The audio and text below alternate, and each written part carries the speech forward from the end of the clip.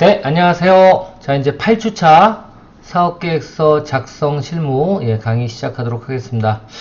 자, 이제 벌써 여름인 것 같아요.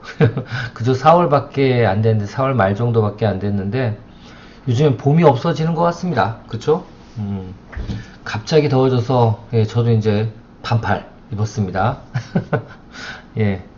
그래요. 또 그래도 아침, 저녁에는 좀 쌀쌀한 것 같으니까 여러분들 하여튼 감기 조심하시고, 건강, 이럴 때일수록 건강 유의하시고, 또 낮에는 너무 좋죠? 그죠? 요즘 날씨도 딱 좋으니까 어디 또 짬을 내서라도, 아무리 바쁘시더라도 짬을 내서 또 여행도 다니시거나 바깥바람이라도 쐬는 또 그런 여유도 갖기를 바라겠습니다.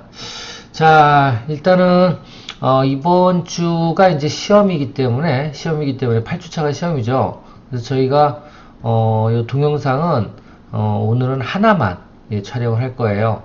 그래서 하나만 보시면 되고, 그리고 다다음 주부터 다시 2개. 왜냐면 이번에 중간고사가 있으니까 하나만 촬영을 할 테니까요. 그렇게 이해를 좀 해주시고요.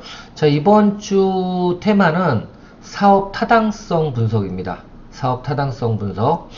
그러니까 말 그대로 내가 어떤 사업 계획을 잡았을 때 그 사업이 진짜 실현 가능성이 있는지, 또는 성공을 할 수 있을지, 이런 부분들에 대해서 먼저 검토를 해야 되는데, 어떤 방법으로 사전에 점쟁이도 아닌데, 그렇죠?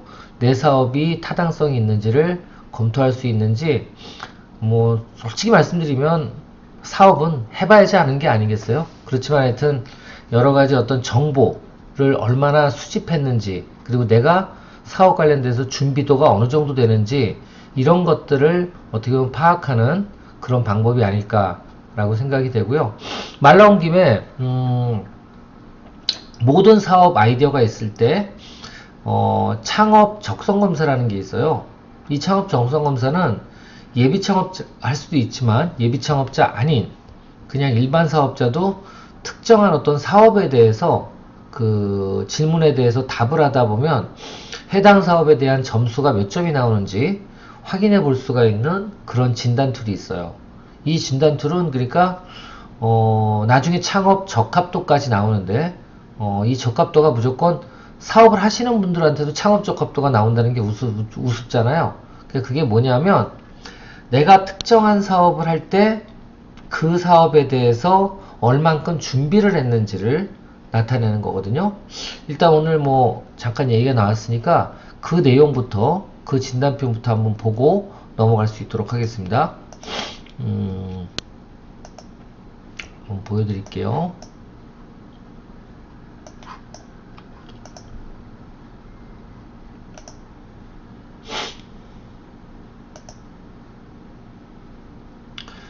지금도 어디 있는지 모르겠는데 일단은 워크넷으로 검색하면 나옵니다.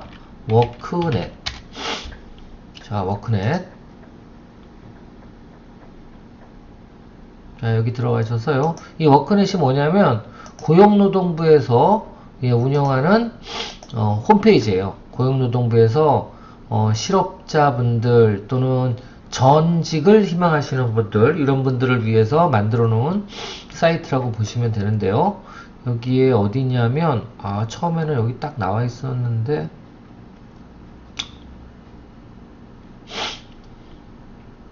어디 있을까요? 어디 있을까요?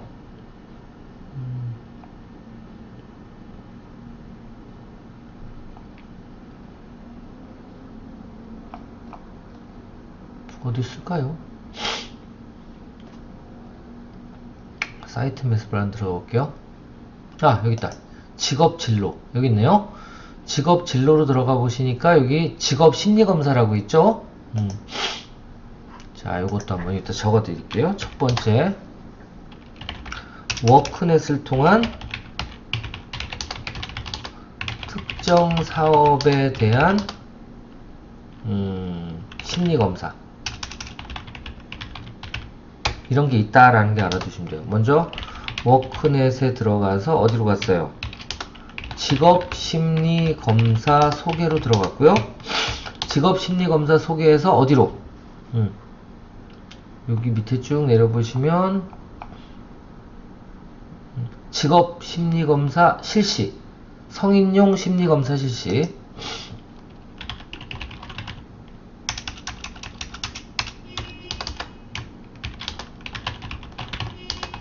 성인용 심리검사 실시. 자, 일로 들어가시면 여기에 이렇게 여러가지 뭐 직업 선호도 검사라든가, 이건 뭐냐면 진로 검사니까 내가 나한테 맞는 직업군을 찾아주는 거예요. S형이 있고 L형이 있는데, 저희 같은 경우에 이제 예전에 저도 그 취업 상담소도 운영을 했었는데, 별거 다 했죠? 그 취업 상담소에서 취업 성공 패키지라든가 이 나라에서 하는 여러 가지 사업들을 했었는데요. 여기에 보면은 이렇게 창업 적성 검사도 있습니다. 몇 분 걸려요? 20분. 여기서 창업 적성 검사를 하시면 돼요. 이 창업 적성 검사를 하면 어떻게 결과가 나오냐면요. 이렇게 나옵니다. 이렇게. 그래서 어떤 아이템, 이걸 아이템이라고 보시는 게 좋아요. 그 아이템을 했을 때 매우 적합하다, 노력이 필요하다, 많은 노력이 필요하다, 이렇게 나오잖아요. 어디에 해당되는지 보면 이게 창업 준비도예요. 그 사업에 대해서 얼마나 준비를 했는지 이 부분을 나타내는 거기 때문에 밑에 그런 것도 나옵니다. 그래서 이렇게 여러 가지 문제 해결 능력이 높고 또 주도성은 매우 낮고 이렇다, 이렇게 나오면 이런 것들, 밑으로 내려간 것들에 대해서 어떻게 해야 돼요? 내가 조금 더 노력을 해서 요거를 올릴 수 있도록 준비를 하면 됩니다. 그래서 요것도 하나 참고로 알아두시면 좋을 것 같습니다. 자, 이 꽃가루가 날라다니니까 이 코가 또 맹맹해지네요. 그죠? 네. 자, 두 번째. 자, 그럼 이제 교재 한번 들어가 볼게요. 교재. 자, 사업계획서에서 이제 타당성 분석 왜 하느냐? 왜 하겠어요? 맞아요. 사업은 언제나 계획대로 진행되지 않기 때문에. 그렇죠. 그렇기 때문에 사업 타당성 분석이 꼭 필요하다라고 보시면 되고요. 특히 이 사업 관련돼서 가장 문제가 있는 게 뭐예요? 맞아요.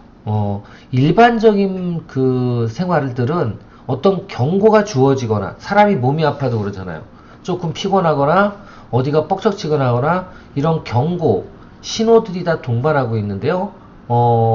이 창업 관련돼서는 분명히 이런 신호가 있을까 없을까? 이것도 있다는 거예요. 사업을 시작할 때도 어떤 그 사업 관련된 신호들이 분명히 있는데 그 신호들을 무시하고 사업을 시작하다 보면 문제가 생기는 거죠.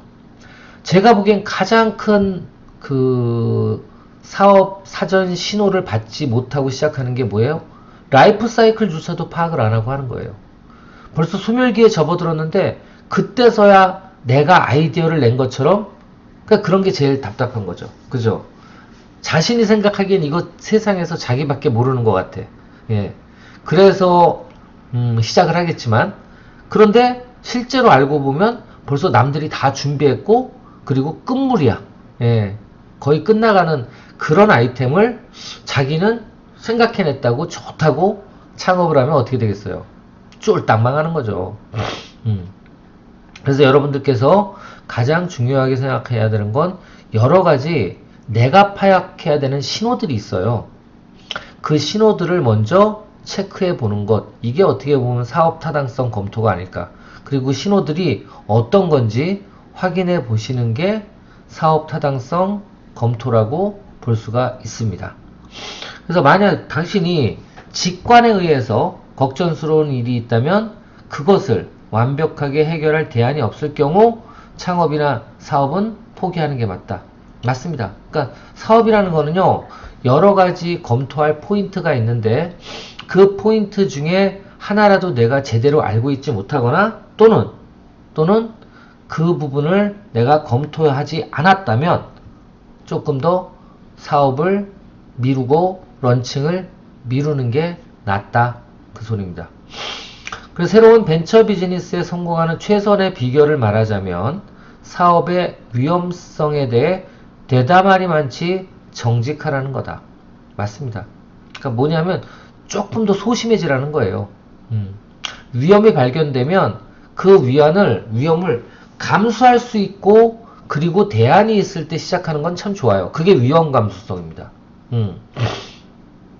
창업자에 있어서 어떤 그 위험에 대한 대안을 세웠더라도 그 대안이 제대로 먹힐지 모르기 때문에 위험 감수성이 있어야지만 창업을 한다 그러는데 그 위험조차를 발견하지도 못하고 창업을 한다? 이거는 무모한 거예요. 이게 완전히 다른 얘기입니다. 그러니까 분석을 하고 타당성을 조사한 다음에 창업을 하는 거하고 뭐든지 괜찮아 나는 위험이 닥치면 내가 해결할 수 있어 하고 무대뽀 근거 없는 자신감으로 창업을 하면 안 된다는 얘기예요. 아시겠죠? 자, 하여튼 어떤 테마들이 있는지 어떤 걸 체크리스트로 검토를 해야지 되는지 사전에 그런 거는 차차 보도록 하고요. 자, 기업가가 되는 이유라고 표현했어요. 기업가는 왜 될까요? 뭐 돈을 벌기 위해서 또는 자신이 생각하는 어떤 세상을 구축하기 위해서. 맞아요. 앨런 머스크 같은 경우에 지금 자신의 꿈을 이뤄나가는 사람이잖아요. 그죠? 어떻게 보면 저는 그런 분들이 제일 부럽긴 해요. 내가 생각하는 세상을 만들기 위해서. 저도 좀 지금도 뭐 젊긴 젊었지만 그래도 조금 더 젊었으면 진짜 저는 그 지금 반중력 초전도체 이런 거 개발하고 싶어 진짜. 그래서 비행기 없이 딱 만들어가지고 날라다니고 싶어. 중력에 영향을 안 받는. 그죠? 예. 그게 불가능할 리가 없죠. 누군가는 만들어낼 거 아니에요. 그쵸? 여하튼 여러 가지 꿈을 이루기 위해서 또는 돈을 벌기 위해서 생계를 유지하기 위해서 여러 가지가 많겠죠. 근데 여기 그 인텔의 공동 창업자 고든무어는 뭐라 그랬을까요? 나름대로 고심한 새로운 아이디어를 사업화하는 것이 내가 속한 조직에서는 점점 어려워졌기 때문에 좌절할 수밖에 없었다. 특히 회사가 발전할수록 내 생각과 내 기술을 이행시키는 것이 점점 불가능하다는 것을 깨달았다. 그래서 창업을 했다. 그래요. 맞아요. 이 창업이라는 건 또 그런 것도 있죠. 그쵸? 내가 지금 몸담고 있는 조직, 한마디로 직원으로 있는 조직, 그 조직에서도 진짜 능력 있는 사람들은 그 조직 안에서 그 조직을 위해서 새로운 아이템, 새로운 제품을, 새로운 서비스를 개발하려고 노력을 하겠죠. 근데 그게 참 부딪히는 게 많겠죠? 그럴 때 하는 게 창업이에요. 그럴 때 하는 게. 내가 몸담고 있던 그 경험했던 그런 곳에서 어떤 니즈를 발견하고 그리고 불편함을 느낀 다음에 그 불편함을 해소하기 위해서 그 니즈를 달성하기 위해서 바로 창업을 하는 거죠. 그렇죠? 그래서 그런 부분들 이해를 좀 하셔야 되고요. 나는 무엇보다도 내 상사가 싫었다. 우습겠지만 이게 주된 이유였다. 결국은 그걸. 그러니까 여러분들 보세요. 여러분들은 어떤지 한번 생각해 보세요. 진정한 창업자들, 성공한 창업자들의 공통점은 뭐냐면 취업이 싫어서 나와서 창업을 하는 거야. 아니면 취업할 때 뭐예요? 아이디어가 생겨서 그 취업 관련된 아이디어를 나가서 펼치고자 창업을 해요. 근데 우리나라 대부분의 창업자들은 어때요? 취업을 어떻게 해서든 잡고 싶었는데 비자발적 퇴직을 해서 내가 원하지 않는데 퇴직을 해서 뭔가 계속 하긴 해야 되고 돈은 벌어야겠으니까 그때 창업을 생각한단 말이에요. 그게 잘못된 거예요. 그래서 여기 나와 있는 게 그거죠. 대부분의 성공한 창업자는 회사가 싫어서 또는 넘쳐나는 아이디어를 펼칠 곳이 없어서 창업을 시도해요. 근데 우리나라는 그렇죠. 생계형 창업이 가장 많아요. 이게 가장 저도 안타깝고 또 이 창업을 가리키는 사람 입장에서 나의 가장 큰 그 목표, 교육 목표가 아닌가 그런 생각이 듭니다. 진정한 창업자를 만들어내는 것. 뭐예요? 아이디어가 넘쳐나서 남들이 안 하는 그런 일들을 내가 한번 해보고 싶어서 그렇게 하기 위해서 창업을 하는 겁니다. 아시겠죠? 그럴 때는 안 가본 길을 갔기 때문에 어떻게 해요? 위험하긴 해요. 그래서 그 위험한 요소들을 조금이라도 줄이고자 어떤 사업 검토를 해야 될까요? 첫 번째가 그겁니다. 첫 번째가 이게 내한테 맞는지 아시겠죠? 첫 번째 물어봐야 되는 게 사업 타당성 검토 사항 첫 번째가 뭐예요? 바로 나에게 맞는지예요. 제일 중요한 건 내가 재밌어야 돼요. 왜? 취업은 평생 직장이 아닙니다. 예, 저는 그렇게 생각해요. 그리고 취업은 평생 남을 위해서 일하는 거예요. 근데 창업은 나를 위해서 일하는 거고 내 직원들도 나를 위해서 아니면 우리 회사를 위해서 더 좋은 말로 그렇지. 예, 개인 기업이면 100% 나를 위한 거죠. 그렇죠? 나를 위해서 사람들이 돈을 벌어주는 시스템을 만드는 게 창업이에요. 그럼 평생 하는 겁니다. 이 평생 하는 건데 이 평생 하려면 그 일이 명분 있고 재밌어 보여야 돼? 아니면 그냥 돈을 벌기 위해서라면 나의 취미생활과 적성과 전혀 상관이 없는 것도 상관이 없어요. 안 그렇죠. 맞아요. 일단 나에게 맞아야 돼요. 그리고 더 나가서는 나를 위해서 필요한 건지.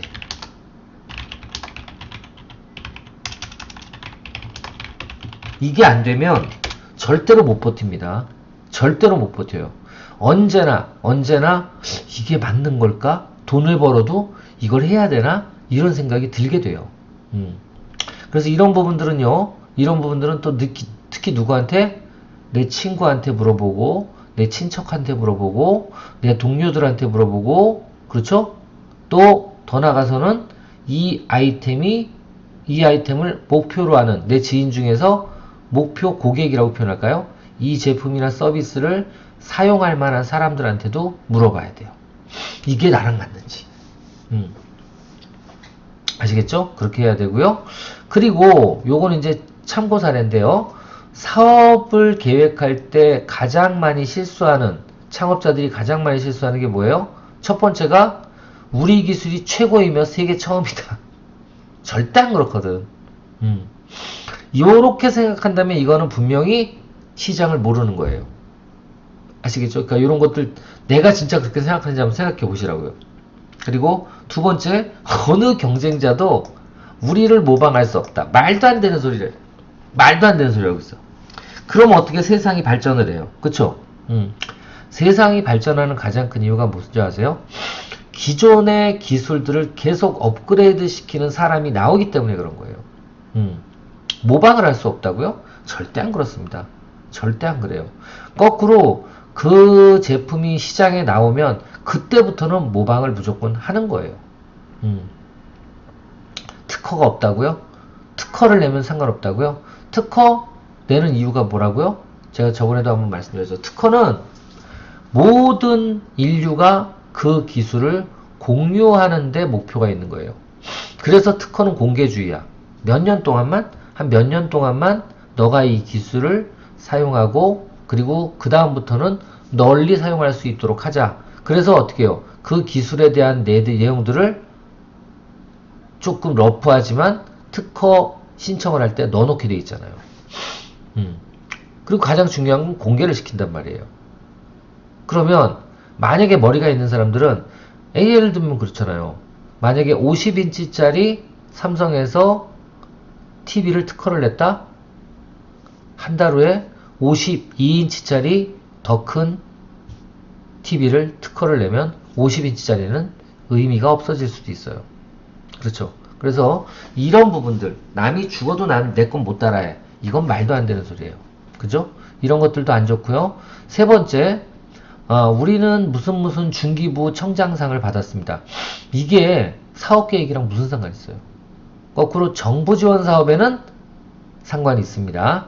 그래서 이런 부분들도 사업계획에 꼭 넣을 필요는 없는데 정부 지원 발표를 할 때는 이런 내용들 넣어야 돼요. 아시겠죠?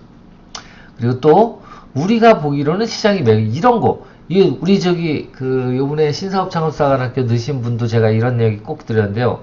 내가 생각하기엔 우리가 파악하기엔 이거는 되게 추상적인 거예요. 그쵸? 거꾸로 우리가 시장 조사를 해본 결과 이 정도 마켓 쉐어가 나왔습니다. 이건 맞는 얘기야. 그 근거를 댈 수 있으면. 그리고 이러이러한 통계 자료를 봤더니 뭐뭐 있습니다. 출처가 있어야 돼요. 출처가 없는 시장 분석은 절대로 인정될 수 없다. 아시겠죠? 자, 세 번째, 시장 및 세분화를 애매하게 적용함. 똑같은 얘기예요. 출처가 있어야 됩니다. 자, 숫자나 표현상의 오류 있으면 돼, 안 돼? 당연히 안 되는 거고요. 수익성에 대해서 애매한, 그러니까 지금 사업 계획에서 가장 중요한 건요, 추상적인 거 다 빼라는 거예요. 구체적이고 통계가 있어야 된다는 거죠. 아시겠죠? 자, 그 다음 소요자금 규모를 애매하게 말함. 이거 되게 중요한 거죠. 그죠? 비용이 얼마나 들어가는지를 정확하게 파악을 못했을 때는 현금 흐름이 끊어지면 그 다음부터 사업이 안 돌아가는 거잖아요. 가장 사업 실현 가능성에 대해서 중요하게 생각해야 될 부분이 바로 뭐예요? 자금 규모, 소요자금 비용이에요. 그 다음 투자자의 투자 철수 전략에 대해 견해가 없음. 이거 IR 사업계획서에서 가장 필요한 거죠. 그죠? 투자를 한 사람한테 그 사람이 가장 듣고 싶은 얘기가 뭐예요? 맞습니다. 너 투자하면 내가 너한테 어떻게 해줄게. 이게 있어야 되고, 최악의 경우엔 이렇게 할게까지 있어야 되는데, 그게 뭐예요? 배당 금액이라든가 이익을 어떻게 나눌 건지, 그리고 망했을 때 어떻게 너의 그 투자에 대해서 최대한 그 보상을 해줄 것인지. 이런 부분들. 아시겠죠? 이런 부분들이 있어야 된다. 그 투자 철수 전략이에요. 이런 게 없으면 안 됩니다. 그리고 위험 분석 당연히 있어야죠. 내가 이 사업을 함에 있어서 다 좋다, 완벽합니다. 이게 아니라 위험 분석, 이러이러한 거는 분명히 발생할 수 있습니다. 그렇기 때문에 이렇게 대안을 가지고 있습니다. 이런 내용들이 질문하기 전에 먼저 다 준비가 돼 있어야 돼요. 자, 첫 번째 질문은 나에게 맞는지였어요. 그리고 이렇게 혼자서 근자감으로 행동하지 말아라. 그 소리고요. 두 번째, 왜 안 넘어가? 두 번째는 우리 기업의 핵심 역량은 무엇인가? 또는 나의 핵심 역량은 무엇인가? 이거와 뭐야? 연계가 돼야 돼요. 그죠? 그 사업 아이디어를 낼 때, 심사위원들이 그 정부 지원 사업 할 때도 가장 중요하게 보는 게 뭐냐면 그 대표와 그리고 그 기업이 경험해왔던 것과 지금 사업 아이디어와 어떤 관계인가. 이거 되게 중요한 거예요. 당연히 자신이 가지고 있는 아니면 그 기업이 가지고 있는 역량을 그걸 업이라고도 얘기를 하는데요. 그 업을 가지고 하는 어떤 사업이면 상관이 없는데 그렇지 않고 완전히 다른 사업, 그걸 생뚱맞다고 표현하죠. 이런 생뚱맞은 사업을 한다 그러면 문제가 되게 심각합니다. 자, 그래서 여기 나와 있는 것처럼 무엇에 집중해야 되는가? 무엇에 집중해야 되는가? 이건 뭐냐면 기업이나 자신이 걸어온 어떻게 보면 방향성이에요. 나는 어떤 장점, 어떤 경험을 주로 해왔는지 그거에 대해서 해야 되는 거고요. 두 번째, 우리가 가지고 있는 기술을 어떻게 새로운 사업에 응용할까? 이게 안 들어가면 진짜 생뚱맞은 거예요. 그렇죠? 그리고 차별화 요소로 부각할 거는 무엇인가?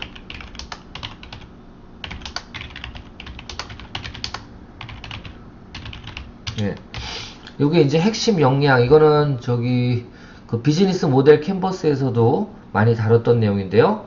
차별화 요소나 아니면 저런 그 우리가 가지고 있는 업이 어떤 건지 이런 것들은 되게 중요한 부분이에요. 그리고 이런 차별화 요소로 검토할 내용들은 여기 나와 있죠. 일단 첫 번째, 목표 고객이 기존 제품에 대한 니즈를 정확하게 파악했는지. 그러니까 우리 고객이 있다면 그 고객이 기존 제품을 쓰면서 진짜 불편한 게 어떤 건지를 파악했는지. 그걸 혼자 생각하면 안 된다는 거죠. 보통은 그래요. 예를 들면 내가 그 예전에 그 테이블 소금 얘기 드렸죠. 그죠? 테이블 소금이 분명히 필요할 거야. 누가? 소금 찍어 먹고 이런 고기 먹는 게 이제 많아지니까. 우리나라도 잘 사니까. 그러고 나서 테이블 소금을 만드는 사람이 있었는데, 제일 중요한 건 그거를 어느 정도 니즈까지 있을까를 파악을 못한 분이 계세요. 내가 컨설팅 해드린 분이. 그분 같은 경우에는 테이블 소금을 한 10,000원, 15,000원 받아도 될 줄 알았대. 근데 그렇게까지 그 기회비용을 내면서 테이블 소금을 사 먹을 사람들은 없었다는 거죠. 모르겠어요. 요만한 소금 하나에 보통 이만한 천일염 같은 경우에는 이만한 게 뭐 2,000원, 3,000원 했었잖아요. 근데 100g짜리 통애들은 이런 조그만 통애들은 그런 어떤 소금이라 그러면 100g짜리라 그러면 그거를 2,000원, 3,000원이면 사는데 그거를 10,000원, 15,000원에 사겠냐 이거죠. 뭐 요즘에 보면 히말라야 소금 같은 경우에 3개로 해서 10,000원 정도에 팔기도 하지만 여하튼 그래서 아니면 트러플 소금 같은 거는 진짜 비싸게 받더라고요. 워낙 그 송로 버섯이 비싸니까.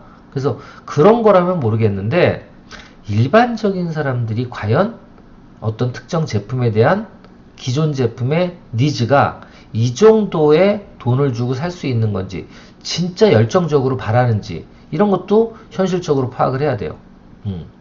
두 번째 언저리 고객이라고 그러죠. 비고객의 기존 제품 또는 경쟁 제품에 대해서 니즈를 진짜 파악을 해야 된다 이거죠. 예를 들면 그때 골프 예를 들었는데, 예를 들면 골프는 멀리 치려는 사람들이 많아요? 아니면 정확하게 치려는 사람들이 많아요? 희망하는 게. 근데 대부분의 그 골프채가 두 가지를 다 충족시키는 게 처음엔 나오지 않았었어요. 처음에는 멀리 치려는 분들에게 맞춰져서 골프채가 나왔단 말이에요. 아시겠죠? 그러니까 어떻게 돼요? 반발계수가 높은, 그래서 잘못 맞으면 뿅 하고 이게 반발계수라는 게 땅 하고 띵겨 나가는 거잖아요. 그죠? 이게 세면 조금만 삐뚤어 맞으면 어떻게 돼? 예. 오비라 그러죠. 예. 옆으로 쉐고 막 날아가고 이런단 말이야. 그래서 어떻게 보면 아주 고단수들은 멀리 치는 게 더 중요할 수 있지만 대부분의 골퍼들이 처음 시작하는 사람들이 더 많을 수도 있단 말이에요. 모든 게 구조가 피라미드니까. 못 치는 애들이 더 많단 말이에요. 그죠? 그러면 이런 분들을 위한 채를 만들어내야 되지 않을까라고 생각하는데 계속 보면 어떻게 보면 그게 비고객이에요.